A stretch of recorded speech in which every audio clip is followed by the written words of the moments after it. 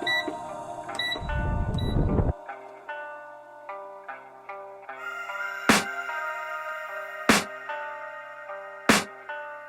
can hear the demons call when they do what they do and now तो hello दोस्तों, कैसे हैं आप सब लोग। आई होप आप सब लोग बहुत अच्छे होंगे, अपने अपने घरों में बिल्कुल मस्त मौज से रह रहे होंगे। ठीक है, आज है भैया 16 मई। ठीक है, 16 मई हो गई है और आज दो एग्जाम है। एक है फार्मा का जो अभी है थोड़ी देर बाद, और एक है वो है 11 बजे से फिलीपीन स्टैंडर्ड टाइम पे पीडिया का। ठीक है, तो पीडिया और फार्मा का दो एग्जाम है। और अभी अगर टाइम की बात करो तो टाइम हो गया 8:16। 8:30 बजे की मीटिंग लगाई है मैम ने कि 8:30 बजे ज्वाइन कर रहे हैं। उसके बाद 9 बजे लिंक विंक आएगी, तो 9 से 10 हो गया, वो हो गया फार्मा का। और फिर शायद 1 घंटे का ही 11 से 12 आई थिंक पीडिया का होगा। ठीक है, तो एग्जाम्स हैं वो सब देने। लेकिन उसके साथ साथ मैं आज के इस व्लॉग में, जैसा कि आप लोगों ने थंबनेल और टाइटल में देख लिया होगा, I am gonna discuss something which is very important because so many people are asking me about the interview. भाई इंटरव्यू में कैसे क्वेश्चंस वगैरह पूछे जाते हैं, वीजा इंटरव्यू की बात कर रहा हूँ। ठीक है, तो कैसे क्वेश्चंस वगैरह पूछे जाते हैं, क्या कुछ है। तो मैं उसमें अपनी एक स्टोरी बताऊंगा कि मेरा वीजा इंटरव्यू में, पहला जो इंटरव्यू था उसमें मेरा वीजा नहीं लगा था। ठीक है, पहले मेरा वीजा रिजेक्ट हो गया था। ठीक है, तो इन सब चीजों के बारे में बात करेंगे। वीजा इंटरव्यू में क्या क्या क्वेश्चन पूछे जाते हैं, इन सब चीजों के बारे में बात करूंगा इसमें। तो आज के इस दिन की शुरुआत करते हैं और आज इसकी व्लॉग की भी शुरुआत करते हैं। ओके, तो hello everyone, how you all are doing. I hope you all are doing absolutely fine. Welcome back to my channel medical my lifestyle. This is Mohit. I'm gonna show you some part of my life in my own style. Okay, so let's get started with this today's vlog. Okay, taking off. तो मेरे दोस्तों अभी लग रही है मुझे भूख और मैं सोच रहा हूँ क्या करूँ क्या करूँ क्या करूँ। तो सोचा कॉफी बना लेता हूँ एक। ठीक है, तो अभी मैं बनाता हूँ कॉफी पीता हूँ। The pain is never gonna stop if it's controlling you. I know that time can heal it all. I just gotta get through. I just gotta get through. I just gotta get through. 'Cause I feel like taking off. Find a place with a view. The pain is never gonna stop if it's controlling you. I know that time can heal it all. तो दोस्तों अभी अगर time की बात करें तो 9:52 हो गए हैं। ठीक है, और पेपर मेरा खत्म हो गया था, तो खत्म होने पे मीटिंग वगैरह छोड़ सकते हैं, कोई दिक्कत नहीं है। ठीक है, तो वो हो गया। अभी मैं सोच रहा हूँ कुछ ब्रेकफास्ट की तैयारी की जाए, तो ब्रेड लेके आता हूँ, सैंडविच बनाते हैं मस्त, और फिर खा पी के फिर देते हैं पीडिया का एग्जाम जो कि 11 बजे से है। तो अभी 1 घंटा ऑलमोस्ट है हमारे पास। तो just quickly I will do that all things and then back to exam. Okay, Put up all my walls 'cause I'm not in the mood. But then I cut myself off from the rest of the room. I know that time can heal it all if you're patient and soon.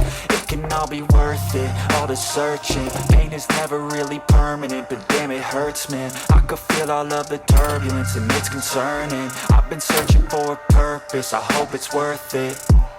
This society is really trying me.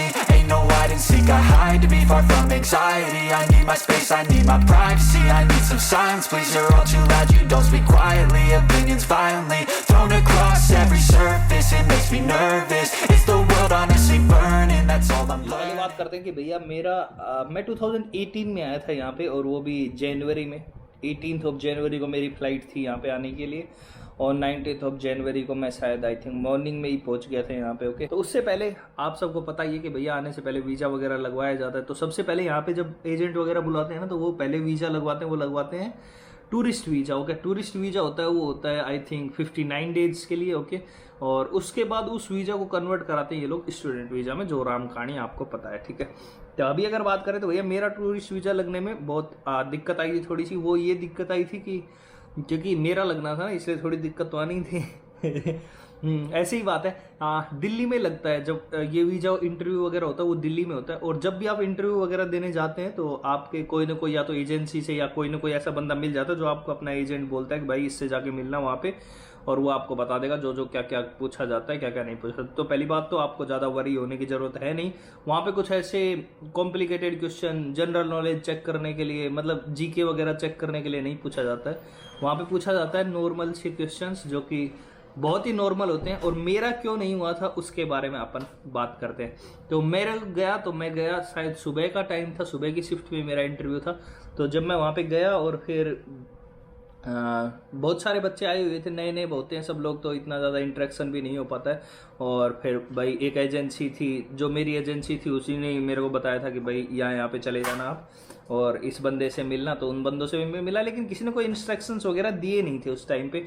और जब वहाँ seat लगी रहती है, बैठने की बारी आती है तो वेट करने के लिए है ना, तो वहाँ पे हम लोग अंदर घुसे जैसे ये खुली एम्बेसी वगैरह, और अंदर घुसे तो भैया पहले, अब तो वहाँ पे है ना माइक वाइक लगा दिए हैं, मतलब स्पीकर लगा दे तो अंदर वाले की आवाज़ बाहर अच्छे से आ पाती है, पहले नहीं था ऐसा ना। तो वो जो बंदा था जो इंटरव्यू ले रहा था वो बहुत धीरे धीरे बात कर रहा था, मुझे थोड़ा सा उसको सुनने समझने में थोड़ी दिक्कत हो रही थी, पहली बात तो। और दूसरी बात, जब हम लोगों को भेजा गया तो सबसे पहले मेरा ही इंटरव्यू हुआ, ठीक है, क्योंकि मैं सबसे आगे बैठा हुआ था तो मुझे ही पहले बुला लिया। अब मेरे हाथ में डॉक्यूमेंट्स वगैरह सब कुछ थे, और मेरे को सबसे बड़ी जो गलती हो गई ना वो ये हुई कि उन्होंने मुझसे पूछा कि भैया आप कौन सी एजेंसी से जा रहे हैं, ठीक है, मतलब आपकी कंसल्टेंसी वगैरह कौन सी है, ठीक है। तो ये लोग एक ही कंसल्टेंसी से लेके आते हैं, चाहे कितने भी एजेंट हो, एक ही कंसल्टेंसी है जिससे ये लोग लेके आते हैं और उसी का इनाम लेते हैं वहाँ पे सब लोग। तो मेरे को किसी ने बताया नहीं था, मैंने बोला no I am not going through any consultancy, okay, क्योंकि मुझे मेरे एजेंट ने बताया नहीं था कि भाई इस कंसल्टेंसी का नाम ले देना या ऐसे ले देना वैसे ले देना जो भी है। तो उसने फिर पूछा कि कोई तो एजेंसी वगैरह होगी, कोई तो एजेंट वगैरह होंगे ऐसा जिसके थ्रू आप जा रहे हो। तो मैंने बोला कि नहीं ऐसा कोई नहीं है, ठीक है।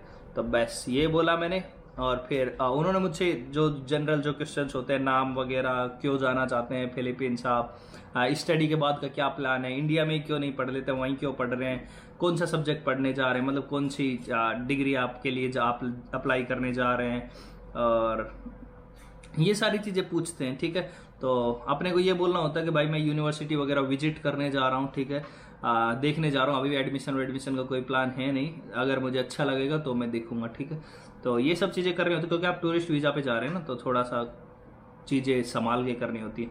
तो उसके बाद मैं आ गया, मुझे लगा कि ठीक है मेरा इंटरव्यू अच्छा हुआ है, कोई दिक्कत नहीं है। मैंने जब आके बताया बाहर उन लोगों को, मतलब कि विंडो से साइड आके जब मैंने बताया अपने एजेंट को कि भैया ऐसे, उन्होंने मुझसे पूछा था कंसल्टेंसी कौन सा है, और फिर ना वो कुछ जो डॉक्यूमेंट्स वगैरह होते हैं ना उस पर भी लिख देते हैं, ठीक है, कि आपकी कंसल्टेंसी नहीं थी, ऐसा कुछ भी जो भी प्रॉब्लम है, क्योंकि ये लोग भी पैसे वैसे दे के सब कुछ सेटल कराते हैं। लेकिन फिर जब उन्होंने फिर सबको बता दिया, जितने भी लोग थे उन सबको बता दिया कंसल्टेंसी आपको ये बतानी है, ये एजेंसी का नाम बताना है, जो भी इन्फॉर्मेशन देनी होती है जनरल, वो सब कुछ उन्होंने सबको बता दी।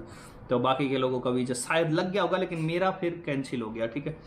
उसके बाद फिर मैं हो गया परेशान बहुत ज़्यादा, क्योंकि एक तो मेरा पहले ही पासपोर्ट बनने में दिक्कत हो रही थी, बहुत सारी एड्रेस वेड्रेस के कुछ इश्यूज थे, तो उससे मैं तंग आ गया था। जब बना तो फिर 2-3-4 महीने एजेंट ने लटका दिए ये वीजा के चक्कर में। तो फिर उस चक्कर में कॉम्प्लिकेशन, अब मेरे सर से ऊपर से पानी जाने लगा था कि यार बहुत हो गया यार वेट, इतना कौन वेट कराता है भाई। तो फिर उस चक्कर में मैंने क्या किया कि मैंने फिर एजेंट को, अब घर वाले भी परेशान हो जाते हैं, जैसे आप लोगों को भी परेशान होंगे कि यार कब जाएगा, समझ रहे हो। एक बार चला जाए तो फिर थोड़ी सेटिस्फेक्शन होती है घर वालों को, हाँ यार चलो पैसे दिए तो चलो काम कर रहा है बंदा, है ना। लेकिन अब घर वाले भी थोड़ा प्रेशर करने लगते हैं कि यार तूने उसको फ़ोन नहीं किया, उनको अपने एजेंट को फ़ोन लगाओ, ये करो वो करो।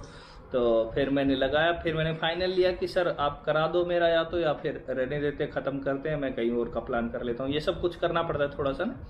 तो इस चक्कर में तो फिर उन्होंने क्या किया कि उन्होंने बोला कि ठीक है मैं करता हूँ। तो उसके बाद 1-2 दिन में मेरे को बोला कि भैया आप आ जाओ इंटरव्यू के लिए दिल्ली, और फिर आपका वीज़ा वगैरह लग जाएगा। तो फिर मैं गया 2-3 दिन बाद ही इंटरव्यू के लिए, और फिर मेरा वीज़ा भी लग गया। 2-3 दिन बाद ही मेरी फ़्लाइट भी हो गई, 18 तारीख की फ़्लाइट थी जैसा कि मैंने आप लोगों को बताया, और फिर मैं आ गया यहाँ पे, समझ रहे हो मेरी बात। तो ये सारी कॉम्प्लिकेशंस आई। पहली बार में वीज़ा रिजेक्ट हो गया, लेकिन सेकंड टाइम में वीज़ा लग गया, क्योंकि अगली बार मुझे सब कुछ पता था ऑलमोस्ट कि ऐसा ऐसा बताना है, ये करना है वो करना। तो उस चक्कर में हाँ, इंग्लिश आपकी थोड़ी बहुत ज़रूर टेस्ट की जाती है, क्योंकि आप बात करते हैं जो भी करते हैं, तो आपकी थोड़ी बहुत ठीक होनी चाहिए। और इतनी इंग्लिश तो सबकी होती है अच्छी यार, कि अपना नाम बताना, किस लिए जा रहे हैं, सब नॉर्मल चीज़ें तो आप लोग कर ही सकते हैं, समझ रहे हो। तो यही था भैया, यही कॉम्प्लिकेशंस थे मेरे वीज़ा के चक्कर में भी। तो ये बात आप लोगों को बतानी थी। अभी मैं देता हूँ एग्ज़ाम, तो उसके बाद एग्ज़ाम देने के बाद फिर मिलता हूँ आप लोगों से, ओके। तब तक के लिए बाय बाय। चलो, तो अभी 12:18 हो गए, पेपर हो गया ख़त्म। अभी सोच रहा हूँ जाऊँ जिम, क्योंकि खाना वाना बना के खाने के बाद तो फिर जिम जाना मुश्किल हो जाएगा। ब्रेकफास्ट सुबह कर ही लिया था, तो अभी चलते हैं जिम और फिर मिलते हैं। दोस्तों कैसे हैं आप लोग? अभी अगर टाइम की बात करूं तो भैया 2 बजने वाले हैं ऑलमोस्ट, और मैं जिम से वापस आ गया हूं। और जो बात मुझे बतानी थी वो मैंने आप लोगों को इस व्लॉग में क्लियर कर दिया है, क्योंकि बहुत सारे लोग पूछ रहे थे। तो आई होप आप लोगों को कुछ ना कुछ हेल्प मिलेगी, कुछ ना कुछ आइडिया ज़रूर मिलेगा इन सब बातों से। और इस व्लॉग में इतना ही रखते हैं। आई होप आप लोग कुछ ना कुछ ज़रूर पसंद आया होगा। अगर पसंद आया तो व्लॉग को लाइक कर दीजिएगा, चैनल पे अगर नए हैं तो सब्सक्राइब कर लीजिएगा। And thank you so much for watching this vlog. Bye bye, take care, have a great life ahead. Okay, so see you guys later in some next new vlog. Okay, तब तक के लिए अपना और अपनों का ख्याल रखिए, बाकी दुनियादारी से निपट लेंगे, कोई टेंशन नहीं। समझ रहे हो मेरे को? तो चलिए, bye bye, take care, bye. I can hear the demons call when they do what they do, and now I feel like taking off.